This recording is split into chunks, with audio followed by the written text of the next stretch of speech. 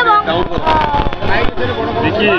বনভোজি এবং কালিয়া দলন কালিন্দী হ্রদরে কালিয়ন্তী নাগସାପର ବଧ ସେ ବହୁତ ଅଧର୍ମର ସାହାଯ୍ୟ କରୁଥିଲା ଆଉ ଆଜି ତାକୁ ବଧ କରିଦେଲା।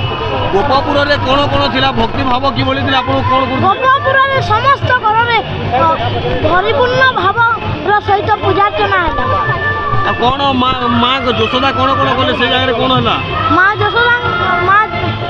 ମା ଯଶୋଦାଙ୍କ ସହିତ ଜାମଲାଞ୍ଜନ ଭଞ୍ଜ ଏବଂ ମା ଯଶୋଦା ମୋତେ ରଜରେ ବାନ୍ଧିଲେ ଏବଂ ତାପରେ ଜାମଲାଞ୍ଜନଙ୍କ ଉଦ୍ଧାର ହେଲା। କିଏ ବଂଶୀ ଦେଲା କ'ଣ ହେଲା? ବ୍ରହ୍ମାଙ୍କ ବଂଶୀଦାନ ମଧ୍ୟ ହେଲା। ଆଉ ବଣଭୋଜି ହେଲା ସମସ୍ତେ ଗୀତ ଗାଇଲେ ସମସ୍ତେ ମିଳିମିଶି ଆମେ ବଣଭୋଜିର ମଜା ନେଲେ ଏବଂ ସମସ୍ତେ ମିଶି ଖାଇଲେ। କୋଉ ହ୍ରଦକୁ ଆସିଥିଲେ? କୋଉ ହ୍ରଦକୁ ଆସିଥିଲେ ଆଉ କ'ଣ ହେଲା? କାଲିନ୍ଦୀ ହ୍ରଦକୁ ଆସିଥିଲୁ କାଲିୟନ୍ତୀ ନାଗର ବଧ କରୁ। କାହିଁକି? ସେ ଅଧର୍ମର ସାହାଯ୍ୟ କରୁଥିଲା। କାହିଁକି ଡେଇଁଥିଲେ? କାଲିୟନ୍ତୀ ନାଗକୁ ବଧ କରିବା। 112 ପଦ୍ମ ଫୁଲ ତୋଳିବା ପାଇଁ ପିତାଶ୍ରୀ ଆଦେଶ ଦେଇଥିଲେ।